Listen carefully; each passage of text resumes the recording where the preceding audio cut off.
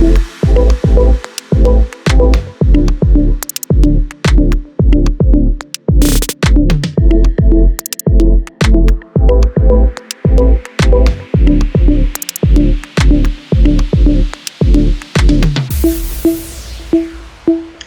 a todos, ¿cómo están? Bienvenidos a una nueva versión de Diálogo Piensa.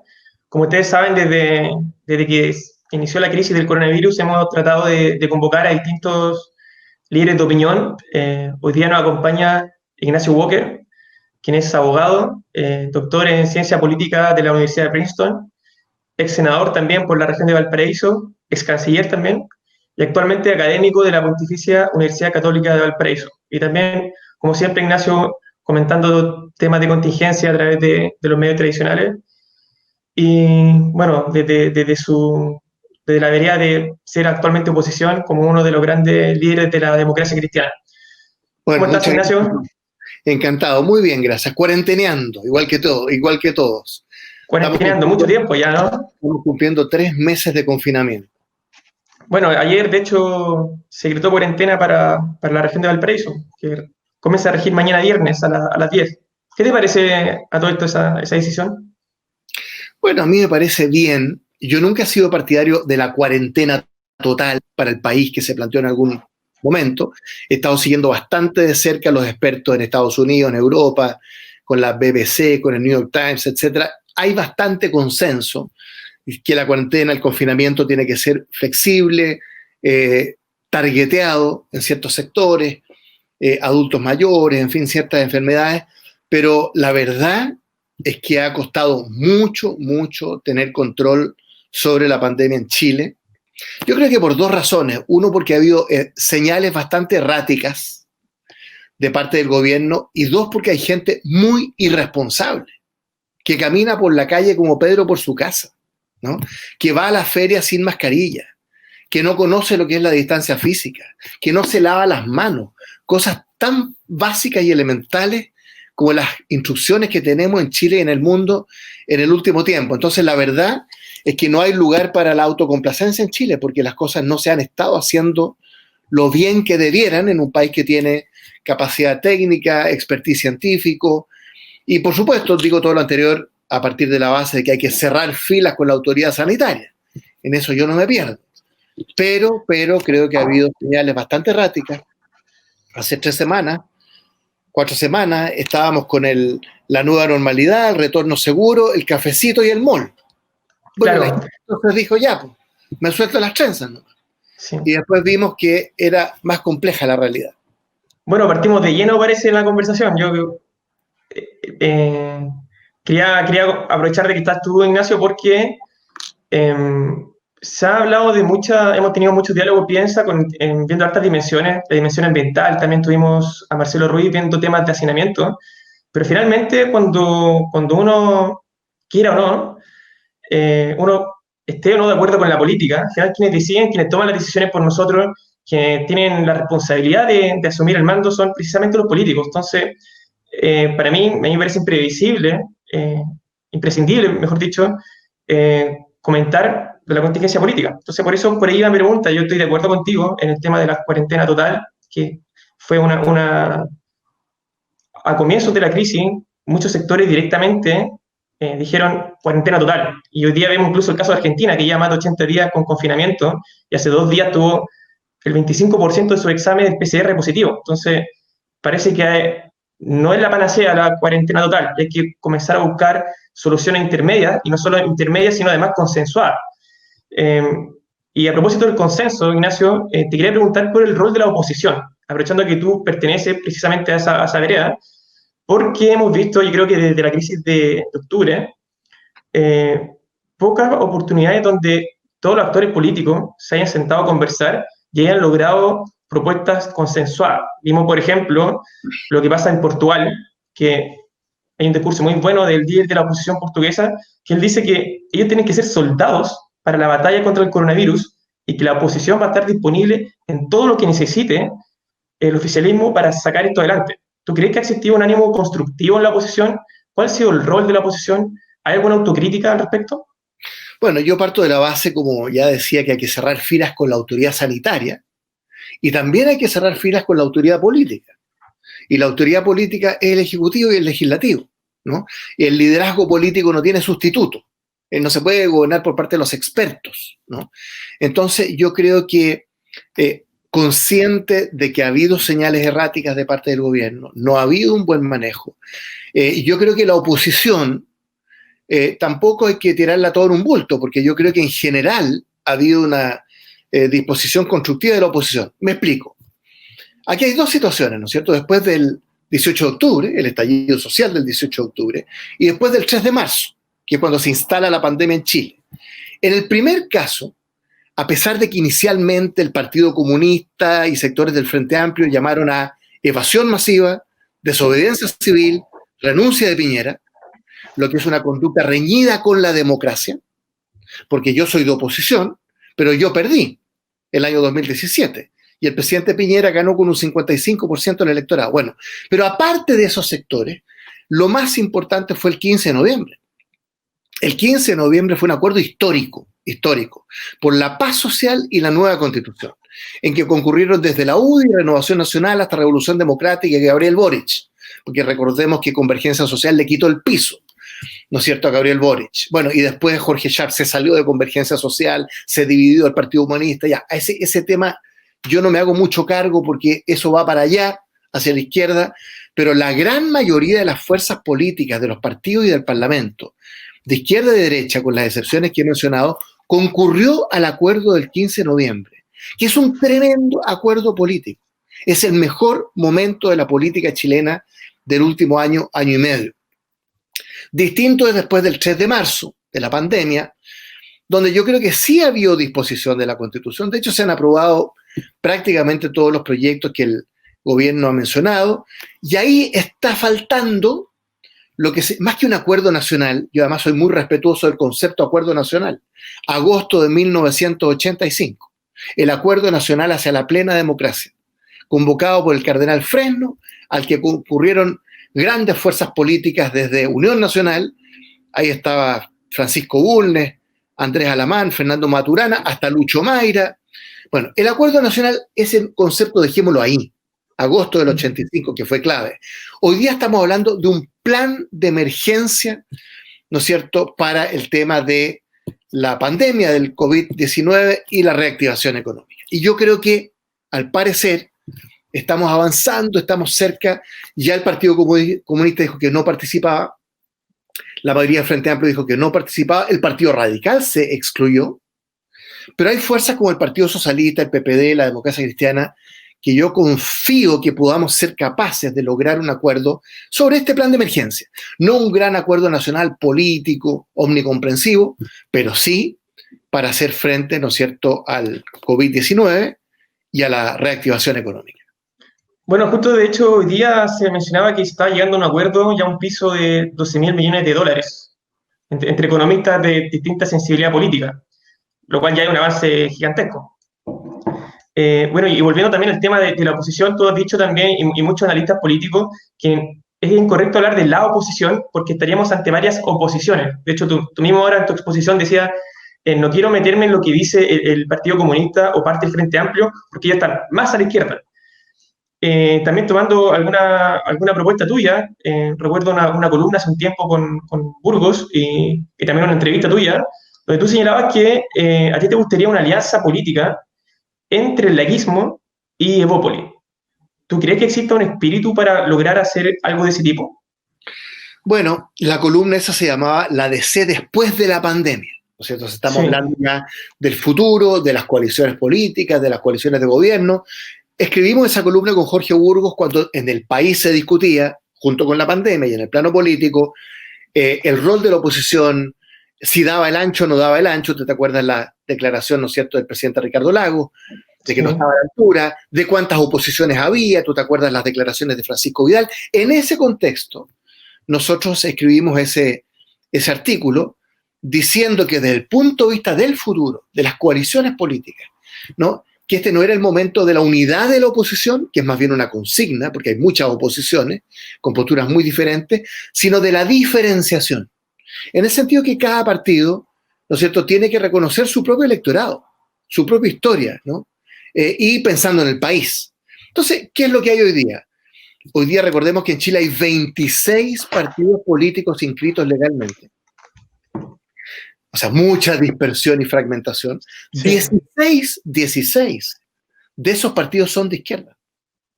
13 de esos partidos firmaron un acuerdo el 11 de noviembre como los partidos de la izquierda. La izquierda está haciendo su trabajo.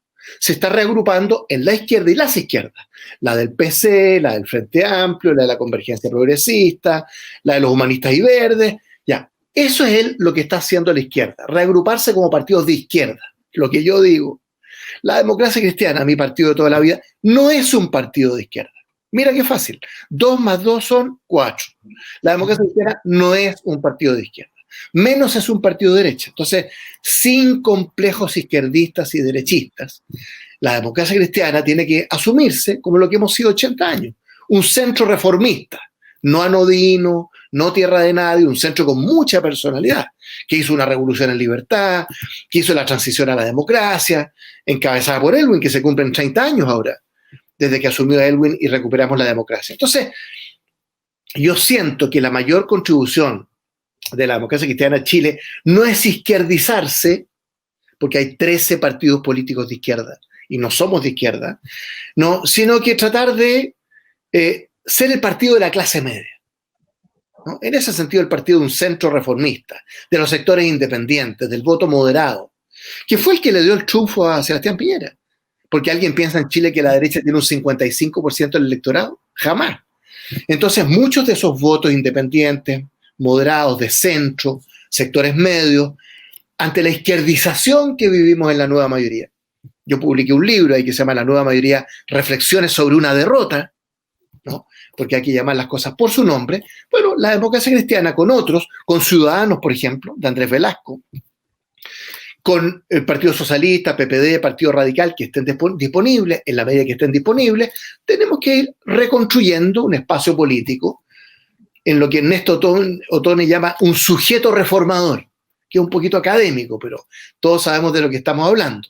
O sea, ni hacia la izquierda, sobre todo una izquierda que se izquierdiza con el Partido Comunista, con el Frente Amplio, ni hacia la derecha, de la UDI, del Partido Republicano, pero lo que está haciendo Mario Desbordes en Renovación Nacional con un grupo de diputados interesante, y Evópoli ciertamente una centro-derecha liberal e interesante, Ciudadanos, centro liberal de Andrés Velasco con Ignacia Gómez, Democracia Cristiana, Exconcertación, bueno, yo veo por ahí el futuro. Y una parte del PPD también, porque así como tú dices, algo de RN, tú tomas Evópoli, algo de RN, yo también podría decir, tenemos la Democracia Cristiana y algo del PPD, donde también uno ve que hay ciertos conflictos internos entre algunos que se quieren radicalizar, por decirlo de alguna forma, y otros que tienen un pie en el centro. Puede ser también... Ahí yo soy más institucional, o sea, yo siempre hablo de Partido Socialista, Partido por la Democracia, Partido Radical y Democracia Cristiana, para empezar a hablar.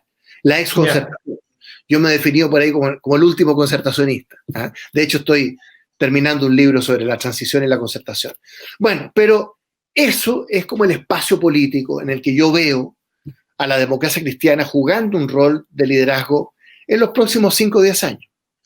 Pero tú dices, a futuro, bueno, próximos 5 o 10 años, pero también uno podría decir en el corto plazo, ya que se viene un proceso constituyente, el próximo año vamos a tener una elección de convencionales constituyentes, donde lo que está en juego es las bases de la institucionalidad del país. Entonces, uno también podría darle una marcha más y tratar de comenzar a articular ya, desde ya ciertas alianzas pensando en el próximo año, ¿no? Es que lo que pasa, Max, es que en materia de cuerpos colegiados, consejos municipales, parlamentos, o sea, Senado y Cámara de Diputados, Convención Constitucional, cada partido mata a su toro, por así decirlo. Los partidos concurren ahí con representación proporcional, ¿no es cierto? Entonces la Democracia Cristiana puede ir con sus candidaturas en los cuerpos colegiados. Distinto es cuando hay alcaldes o gobernadores, que son autoridades unipersonales, en que uno tiene que explorar distintas fórmulas, por ejemplo, pactos por omisión, para que la derecha no se lleve las 355 municipios y los 16 gobernaciones. Entonces, yo creo que, por supuesto, se va configurando esa futura alianza política, las coaliciones, las políticas de alianzas electorales, pero la Democracia Cristiana tiene que ir con un perfil propio, no es camino propio. ¿No? Yo cuando fui presidente del partido 5 años, del 2010 al 2015, Nuestro lema era identidad sin complejos derechistas ni izquierdistas. Y ahí están los resultados. En la elección municipal del 2012 y en la elección parlamentaria del 2013 tuvimos un muy buen resultado. Fuimos con otros, hicimos alianzas, pero muy perfilados. Sí, entiendo. Te dice también que te considera el último concertacionista. A mí me da la impresión, no sé si estás de acuerdo, que se ha sido bastante injusto con la obra de la concertación. Cuando uno mira la historia ya en perspectiva, son muchos quienes dicen que la época de la concertación fue el que hubo mayor estabilidad política y se lograron mayor avance en temas de pobreza. Por ejemplo, tengo algunos datos que son recientes, que los da Hugo Herrera, Carlos Peña. Por ejemplo, dice Herrera que las clases medias en Chile, por primera vez en la historia de la República, son mayoritarias.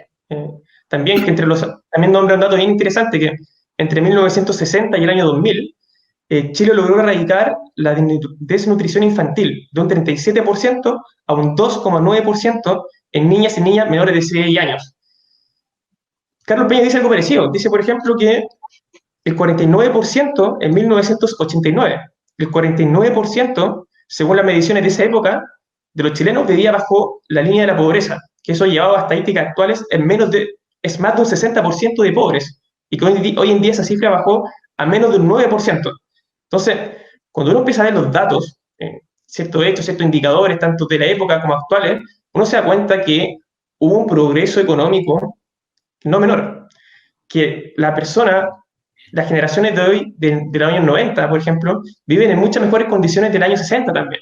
También Carlos Peña dice, en el indicador del Gini, Chile es un país menos desigual que Brasil, Costa Rica, México, Colombia, pero muchas veces ese relato, esos hechos, están ocultados por los propios, yo diría, los propios líderes de la concertación. ¿Y por qué lo digo? Porque cuando uno escucha el relato político, por ejemplo, a Briones, últimamente Felipe Kast, ellos son muy, por lo menos pareciera que le dan mucho crédito a lo que hizo en su momento Andrés Velasco como ministro de Hacienda. Todas las políticas que se hicieron ante la concertación, que hoy en día nos permiten pararnos con pie firme, en tierra firme, y poder pensar, por ejemplo, en un plan de 12.000 millones de dólares. ¿Por qué es posible que quienes reniegan de los avances de la concertación son precisamente quienes fueron parte de ella? No sé si tú estás de acuerdo un poco con esa visión. Sí, tiendo a compartirla. A ver, yo sostengo en el libro que escribí, La Nueva Mayoría, Reflexiones sobre una derrota, que los 20 años de la concertación fueron los mejores 20 años del último siglo. Y de eso no cabe ninguna duda, bajo cualquier parámetro, incluida la desigualdad, ¿no? En que hemos bajado de 0,55 a 0,46, ¿no? Según claro, el índice Gini, que el índice Gini, claro, daría mucho que hablar. Bueno, pero esos fueron los mejores 20 años de Chile en el último siglo, los años de la concertación. Hicimos una transición ejemplar, el tránsito pacífico a la democracia, que fue la derrota del pinochetismo, de las fuerzas del sí, del régimen de Pinochet, y la derrota del Partido Comunista, que tenía en los años 80 una estrategia de la rebelión popular de masas, que llevó al intento de asesinato de Pinochet, a la internación de armas por Carrizal Bajo, etc. Triunfó la tesis del tránsito pacífico a la democracia, en la que la democracia cristiana, junto con el PPD, el Partido Socialista, incluido el de Almeida, Partido Radical, etc., la concertación por el no, después la concertación por la democracia, y tuvimos 20 años de Elwin Frey, Lagos y Bachelet, con un crecimiento espectacular, 5% de crecimiento promedio durante 25 años. Y la reducción de la pobreza de un 40% a menos de un 10%. Es la reducción de la pobreza más pronunciada del mundo, en esos 20 años. Ni un otro país en el mundo logró reducir la pobreza en ese sentido y que tuvo mucho que ver con el crecimiento económico alto y sostenido. Entonces, yo no entiendo que haya personas y líderes de la concertación que renieguen, y hay muchos que renieguen. La gran mayoría, yo diría. No, la gran mayoría. No creo. Bajo esta monserga de, ¿no es cierto?, que lo que hicimos durante 20 años fue administrar el modelo neoliberal heredado de la dictadura. Eso es una tontera. ¿eh? Eso no se sostiene, porque lo que hicimos fue reformar, transformar, modificar los cimientos básicos del neoliberalismo a los Chicago Boys, ¿no?, del trickle-down economics, del chorreo, que se llama en castellano. Eso lo dejamos atrás.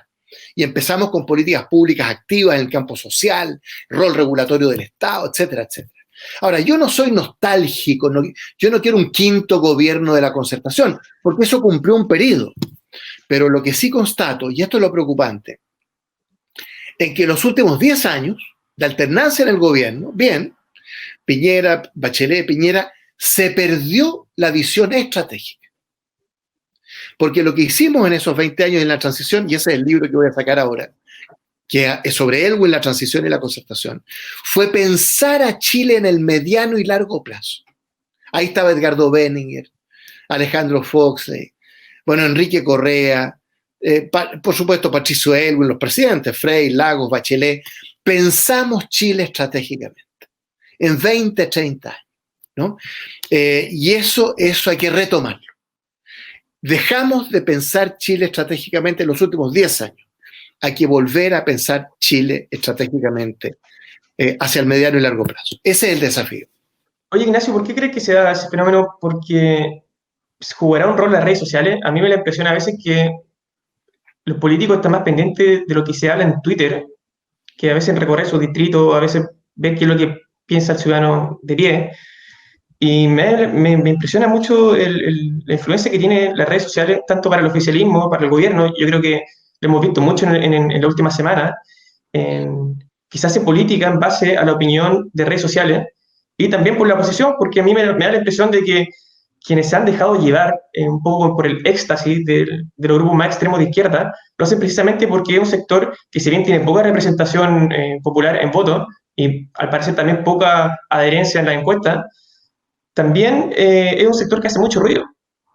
Bueno, para la FUNA, tú hablabas también hace un tiempo de que parte de la oposición se está dejando llevar por el bullying que hacen los grupos más extremos, pero efectivamente son bien organizados en ese terreno de las redes sociales. ¿Tú crees que ahí hay algún problema, hay alguna posibilidad de que la política se vaya dejando llevar un poco por el populismo, por ciertos grupos que hacen ruido pero que no tienen representación política, que están quizás sobre representados? ¿Qué opinas tú al respecto? Bueno, Respecto al fenómeno, las redes sociales y política. El estallido social del 18 de octubre, y empleo el término de Manuel Castells, el sociólogo catalán, que habla de los estallidos sociales, describe 20 o 25 países del mundo. Desde Hong Kong, los chalecos amarillos en Francia, España, Ecuador, Gran Bretaña hace algunos años. No son movilizaciones sociales ni movimientos sociales, son estallidos sociales, porque son muy fragmentarios, ¿no? Muy dispersos. No tienen orgánica tampoco. ¿Cómo? No hay un petitorio, no tienen orgánica. No tienen orgánica, no tienen liderazgo. Y el actor principal de todo eso es esto. No el celular, las redes sociales. Y lo que se dice o no se dice en 280 caracteres, en la época del fake news, de la posverdad, evidentemente que crea una complejidad adicional. Yo no soy enemigo de las tecnologías.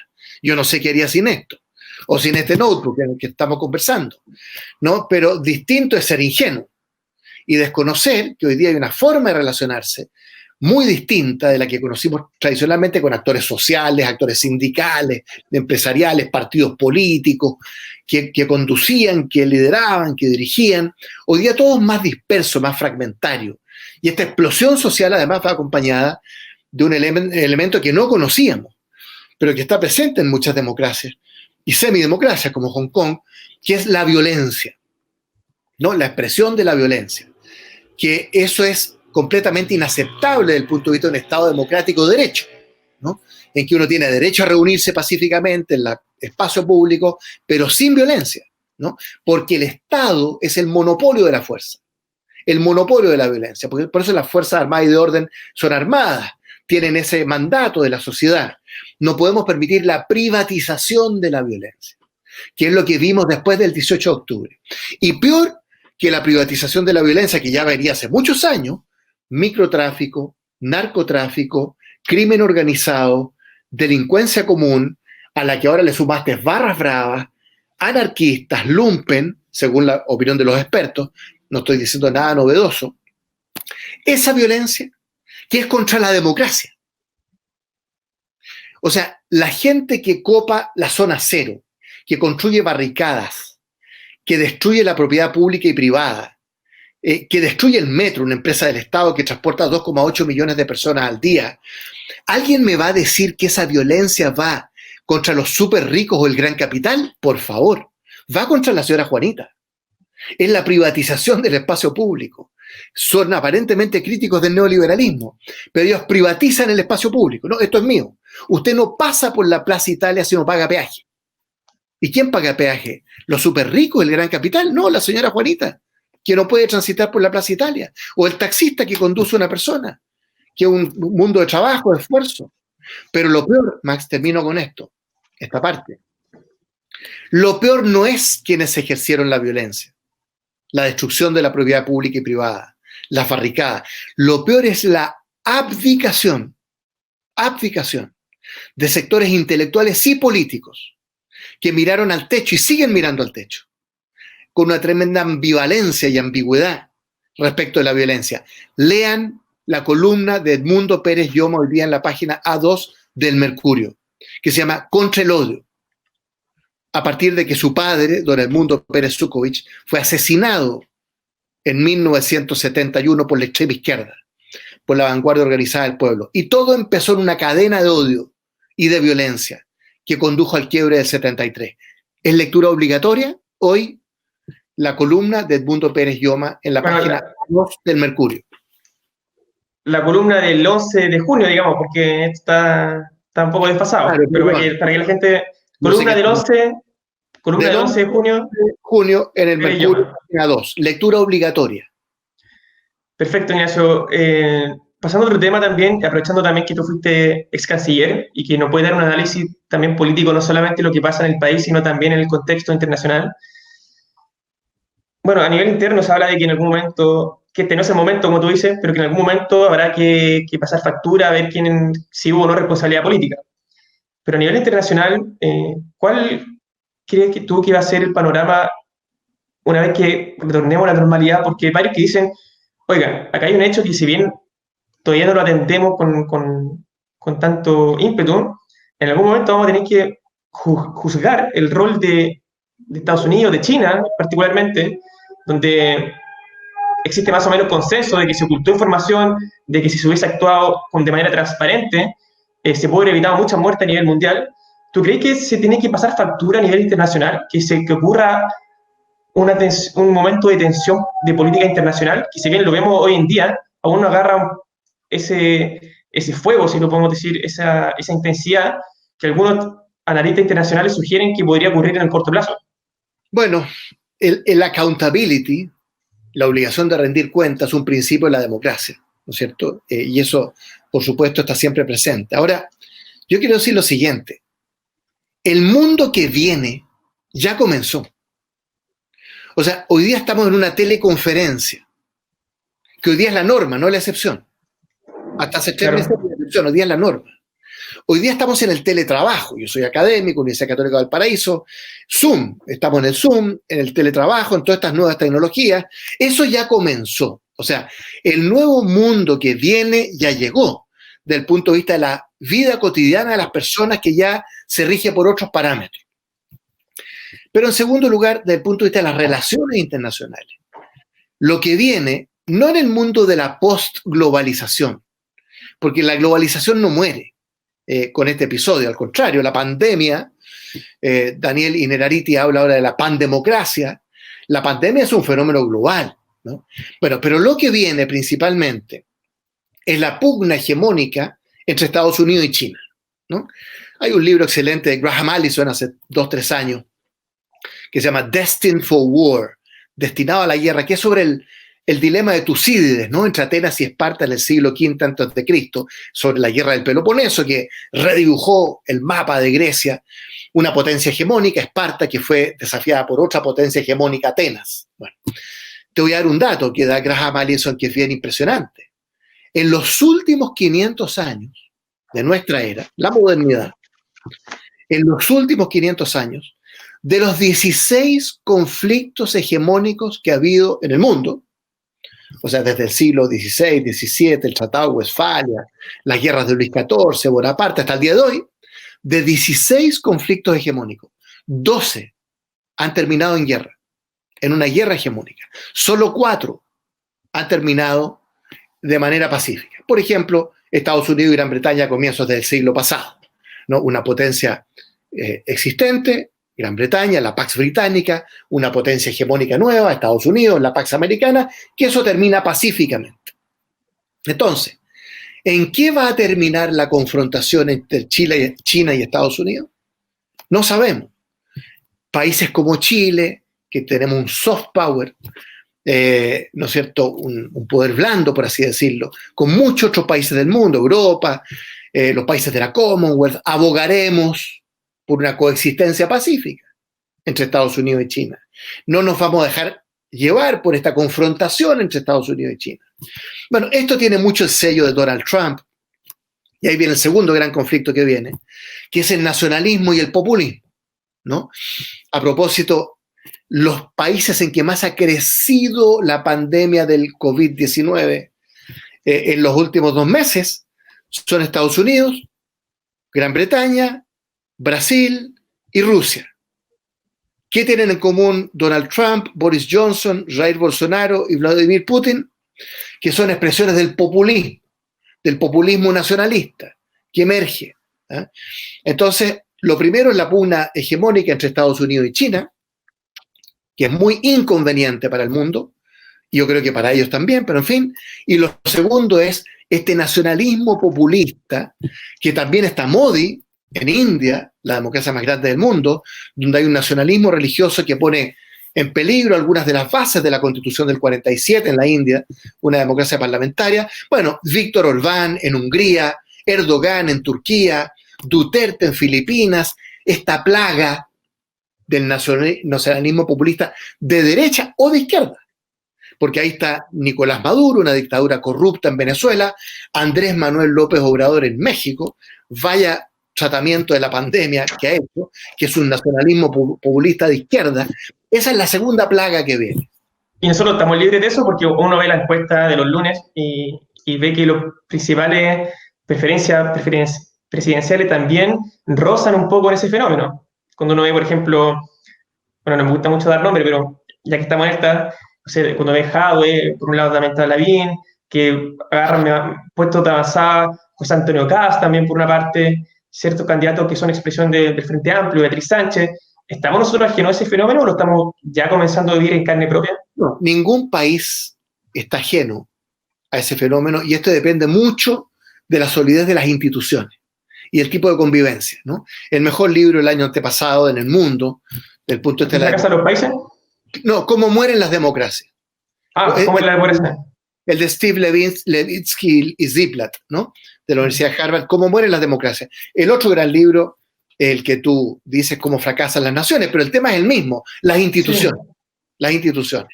A mayor fortaleza de las instituciones, menor posibilidad que surja el populismo. A menor fortaleza o mayor debilidad de las instituciones, de los partidos, de los parlamentos, mayor posibilidad que surja el populismo. Por lo tanto, Chile no está exento de este peligro. Tú mencionabas también recién cierto cambio que estamos viviendo actualmente, pero de una forma bastante, yo diría, cauta. Ha habido un cambio de costumbre, muy también en la línea de lo que señala Agustín Esquella, que dice que lo que estamos experimentando, lo que va a experimentar el mundo, va a ser más que nada un cambio de hábito, porque también hay otros intelectuales que van más allá, mueven la cerca y han propuesto el fin del capitalismo. Otros dicen, por otro lado, no, esto va a exacerbar más el capitalismo. Cuando se acabe esto, la persona que quería guardar un viaje para más adelante va a decir, ahora el momento, se vive hoy en día en la vida, voy a gastar todo mi ahorro, voy a aprovechar de hacer esas cosas que no pude hacer y que quizás no voy a poder hacer. Entonces, ¿tú cómo lo ves? ¿Crees que va a haber un cambio de modelo internacional, una especie de fin del capitalismo como proponen algunos, o va a haber más que nada una exacerbación del modelo?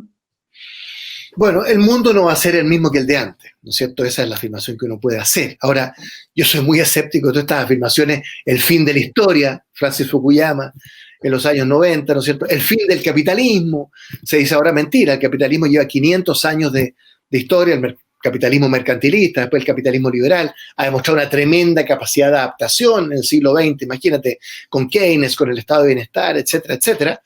Ahora se dice, ¿no es cierto?, el fin de la globalización, mentira, ¿no? Las redes, la tecnología, por de pronto nos habla de que la globalización va a seguir y está para quedarse. Va a haber otra globalización, muy distinta de la que hemos conocido, menos ingenua, más cercana al conflicto. Bueno, y Agustín Esquella, que es una de las voces más lúcidas que existe no solo en la región de Valparaíso, sino que en Chile, ¿no? Y que generalmente apela a la cotidianidad, a la ciudadanía, a la sociedad civil, un poco como lo hacía Humberto Giannini, el gran filósofo chileno, que son también filósofos de la vida cotidiana, de las personas. Bueno, son voces muy lúcidas. Christian Vanken, una de las voces más lúcidas del Chile del post-18 de octubre. Pero también víctima de la funa virtual. Bueno, pero todos ellos son funados. Sí. Todas estas voces proféticas, valientes, son funadas, ¿no? Porque navegan contra la corriente. El que no es funado hoy día está mal. Sí, a quien no lo funan tiene que preocuparse por ahí. Sí. Sí. Bueno, yo estoy tan acostumbrado que ya no me preocupa. Pero la verdad es que hay que sacar la voz y decir las cosas como son. Y denunciar la ambivalencia o la ambigüedad frente a la violencia, ¿no? Pero el statu quo no se sostiene, como lo hemos conocido. Va a haber cambios, vienen cambios. Ya está el cambio aquí para quedarse, ¿no? Pero no tiremos la guagua con la bañera, ¿cómo se dice?, con el agua sucia, porque la verdad es que hay muchas de estas cosas ya se venían venir, se anticipaban. Lo que pasa es que hoy día se profundizan, ¿ah? Pero va a haber una nueva globalización, por supuesto, en muchos sentidos, pero la política va a seguir siendo la lucha más o menos despiadada por recursos, prestigio y poder. Esa es la definición clásica de la política. No vamos a reinventar la política. Las relaciones internacionales va a ser lo mismo, pero en un mundo sin gobierno, el mundo anárquico, como dijo por ahí algún autor. Entonces hay que reinventarse permanentemente. La mejor definición de la política es la de Maquiavelo. No en El Príncipe, del cual se cumplen ahora 500 años, que es un gran libro. Hay un nuevo libro de José Antonio Vieragallo, una nueva traducción del Príncipe, una gran introducción de él. No, lo que escribía Maquiavelo en Los Discursos, que era su diario republicano, los discursos sobre la historia de Roma, ¿no?, de Tito Livio. Y ahí hay una frase de Maquiavelo, que es la frase más magistral, a mi juicio, de todo lo que se ha dicho en la historia de la humanidad sobre la política. Maquiavelo en Los Discursos dice: los asuntos humanos están por siempre en un estado de fluidez, de cambio. Esa es la política. La política siempre es el cambio, no hay que temerle al cambio, ¿no? The human affairs are forever in a constant state of flux. Los asuntos humanos están para siempre en un estado de mutación, de cambio, de reforma. Eso es la política, ¿no? La política no se puede congelar. El concepto mismo statu quo es muy dudoso. Piensa tú en los regímenes totalitarios comunistas, en que parecía que ahí no se movía una hoja, y cayó el muro de Berlín en el 89, no, se vino abajo el Pacto de Varsovia en el 90, se desmembró la Unión Soviética en el 91. Imagínate, todo aquello que aparecía como incólume, inconmovible, pétreo, ¿no? Y bueno, el mundo cambia, todo cambia, como dice Julio Neuhauser, un compositor chileno, en la música. Los desafíos, sí, también. Hoy en día, por ejemplo... No, dime. No, te decía que la mejor interpretación de la canción de Julio Neuhauser, Cambia, todo cambia, es la de Cecilia Echenique, por supuesto. Bueno, y eso, la política fluye, pero los desafíos cambian también. Y me da la impresión que un desafío que va a copar la agenda, seguramente en el proceso constituyente y seguramente también en la política internacional, va a ser el cambio climático. Y llevado a Chile, yo diría que tú también lo has mencionado por ahí en algún comentario, la sequía. ¿Cómo podemos afrontar hoy día la sequía que ya no solamente está atacando la zona interior de la región de Valparaíso, sino que ya se está, bueno, ahora afecta a la capital y prácticamente a todo Chile? ¿Tú crees que será necesario también ahí una visión consensuada, una política, como algunos dicen, política de Estado más que política de gobierno? ¿Cómo podemos enfrentar ese problema? Porque muchos lo ven como lejano, pero en verdad ya está golpeando la puerta y ya está la sequía, está instalado en la agenda. Nosotros más que estamos enfrentando como una tormenta perfecta, porque tiene 3 elementos. Uno, el estallido social del 18 de octubre, especialmente en lo que se refiere a la violencia, porque el malestar social, la protesta social, eso es inherente al proceso democrático, la modernización, etc. 2, la pandemia del coronavirus, que llegó a Chile el 3 de marzo. Y 3, la sequía. ¿No? La sequía que ha sido la norma y no la excepción en los últimos años. Yo llegué a la provincia de Petorca como diputado en 94.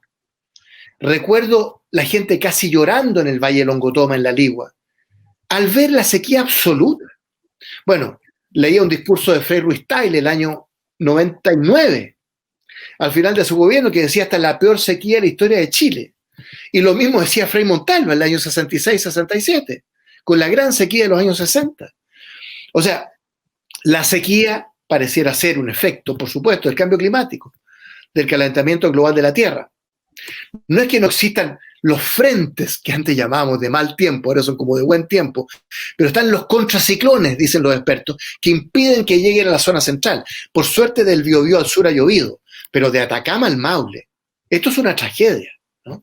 Entonces, bueno, ahí evidentemente, a pesar de que esto es un déficit de precipitaciones, ahí no hay decreto, ni ley, ni reforma constitucional que valga, pero evidentemente que desde el punto de vista institucional y desde el punto de vista tecnológico, hay que partir por declarar el agua como bien nacional de uso público en la Constitución. Partir por ahí. Bueno, sí, de hecho se rechazó hace poco, tengo entendido. Sí, no, pero esa era una moción parlamentaria. Esto hay que enfrentarlo como Dios manda, por así decirlo. Bueno, el agua es un bien nacional de uso público hace 150 años en Chile, el Código Civil, después el Código de Agua en su artículo 5, pero hay que elevarlo a nivel constitucional. Eso no va a hacer llover, pero va a cuidar el consumo humano, que es la primera prioridad, el cuidado de las cuencas hidrográficas, ¿no es cierto? Que es el segundo. Chile tiene 40, 50 cuencas hidrográficas que requieren un manejo particularizado, especializado, cada una es distinta a la otra. Bueno, esa es la tormenta perfecta. Y las plantas desalinizadoras, y te digo porque, como tú dices, no se puede hacer llover. Entonces esto a mí me hace pensar que hay que comenzar a pensar en soluciones, pensar afuera de la caja, por decirlo de alguna forma. Bueno, porque la solución convencional es construir más embalses, pero si no llueve, ¿de qué sirve tener más embalses? Entonces, pareciera que hay que empezar a mirar ya más el océano que los embalses, ¿no? Bueno, no hay que descuidar los embalses porque el 80% del agua de la cordillera va al mar. Esa es la historia de Chile. El 80% del agua de la cordillera va al mar. Y en nuestra región de Valparaíso tenemos un pecado histórico. Mi gran frustración de 16 años de parlamentario es que nunca logré la unidad de Petorca, Los Andes, San Felipe, Quillota, más, ¿no es cierto?, la cuarta sección, para embalses, formas de acumulación de agua, también están las cuencas hidrográficas subterráneas, etc. La gran frustración que yo tuve es que nunca hubo acuerdo. Todos peleados con todos. La primera con la segunda sección, la segunda con la tercera, todas contra Petorca. Entonces, mira, en la región de Valparaíso hemos construido un embalse en 100 años.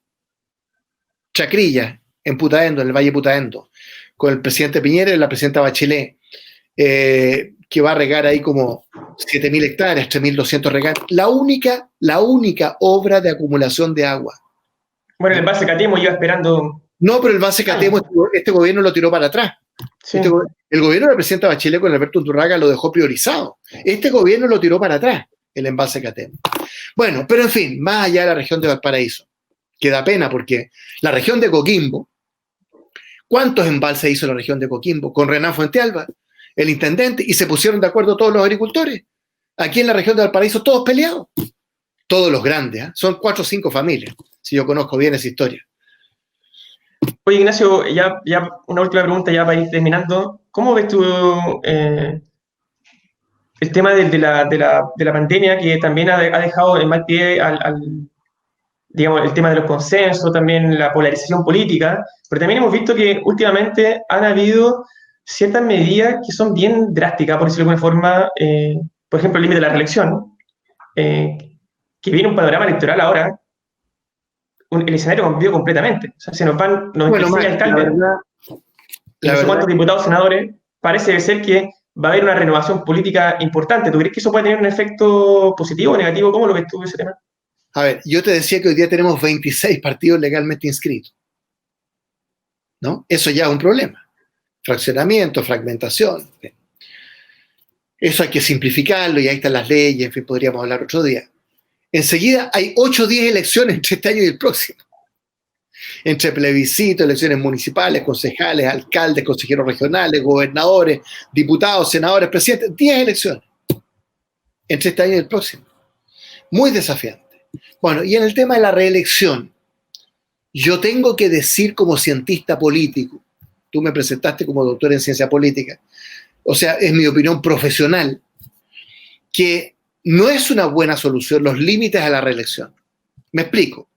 Ninguna democracia del mundo tiene límites a la reelección, salvo Costa Rica y México. Pero ¿qué te parece pero eso estamos hablando a nivel parlamentario? Déjame contestar. Sí. Entonces, ninguna democracia en el mundo, salvo México y Costa Rica, tiene límite a la reelección. ¿Por qué?